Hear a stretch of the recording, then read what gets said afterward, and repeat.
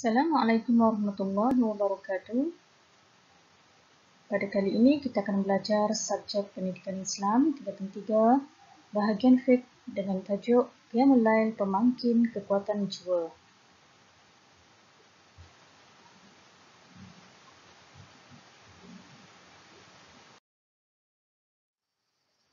Dalam tajuk Qiyamul Lail ini kita akan belajar tentang maksud, hukum dan dalil Qiyamul Lail. Okey, maksud Qiyamul Lail ialah amalan bangun malam untuk beribadah kepada Allah Subhanahu Wa Taala seperti menunaikan solat sunat tahajud dan membaca Al-Quran. Itu maksud Qiyamul Lail. Maksudnya amalan Qiyamul Lail ini dilakukan pada malam hari. Seterusnya hukum Qiyamul Lail. Hukum Qiyamul Lail adalah sunat dilakukan oleh umat Islam. Seterusnya dalil nakli daripada Al-Quran. A'udzu billahi minasyaitonir rajim.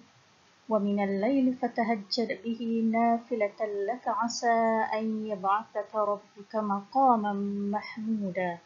Maksudnya, dan bangunlah pada sebahagian dari waktu malam serta dirikan solat tahajud padanya sebagai solat tambahan bagimu. Semoga Tuhanmu membangkit dan menempatkanmu pada hari akhirat di tempat yang terpuji. Surah Al-Isra ayat 79.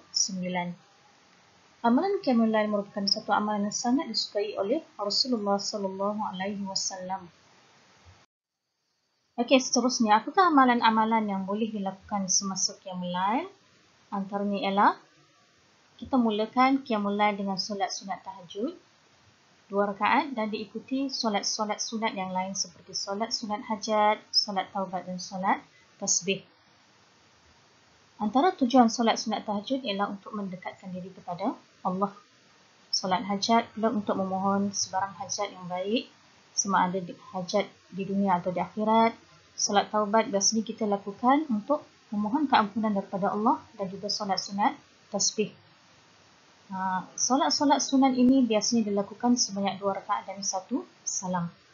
Okey, seterusnya kita juga boleh memperbanyakkan zikir, istighfar, membaca Al-Quran dan berdoa. Hal ini kerana Qiyamul Lail ini biasanya dilakukan pada sepertiga malam dan saat ini adalah antara saat yang paling Allah dengar segala permintaan kita. Dan akhirnya kita sudahi amalan Qiyamul Lail ini dengan solat sunat witir.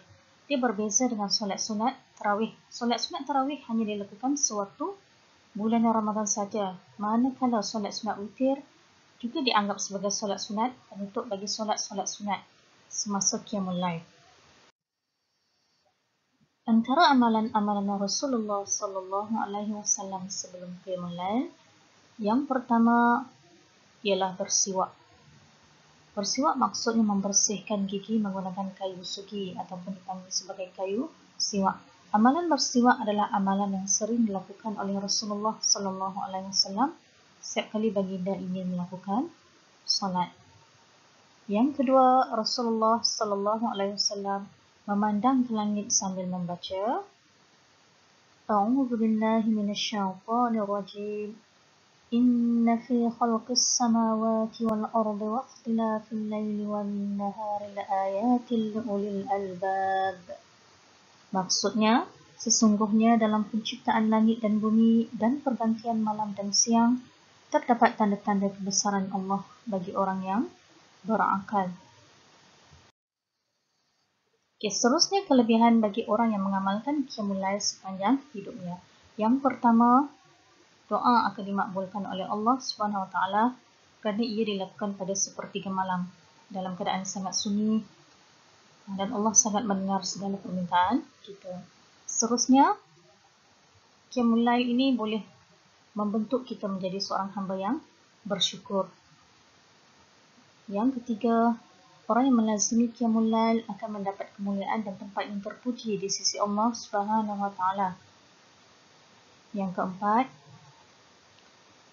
melaksanakan ibadah Qiyamul Lail juga dapat memberi ketenangan kepada jiwa untuk lebih khusyuk beribadah kepada Allah Subhanahu Wa Taala. Dan yang kelima, orang yang melazimi Qiyamul Lail dalam hidupnya insya-Allah akan beroleh balasan syurga di akhirat kelak. Ini adalah kelebihan bagi orang yang mengamalkan qiyamul lail dalam hidupnya. Okey, seterusnya latihan pengukuhan. Selesai tajuk kita hari ini, ada 5 soalan dan diharap pelajar dapat membuat latihan ini dalam buku latihan masing-masing. Okay, soalan pertama, apakah yang dimaksudkan dengan qiyamul lail? Yang kedua, tuliskan dalil nakli tentang qiyamul lail. Soalan ketiga, senaraikan 3 contoh amalan sunat yang boleh dilakukan semasa qiyamul lail. Yang keempat, terangkan 3 kelebihan orang yang mengamalkan qiyamul lail. Dan yang kelima, soalan kebat ni pelajar. Umat Islam telah sedia maklum tentang kelebihan qiyamul lail. Namun, tidak ramai yang ingin merebut peluang untuk melaksanakan ibadah tersebut. Okay, soalannya, pada pendapat anda, bagaimana cara untuk menangani situasi di atas? Okay, sekian sahaja untuk kali ini. Sebarang pertanyaan atau soalan boleh kemukakan kepada guru masing-masing. Sekian. Assalamualaikum warahmatullahi wabarakatuh.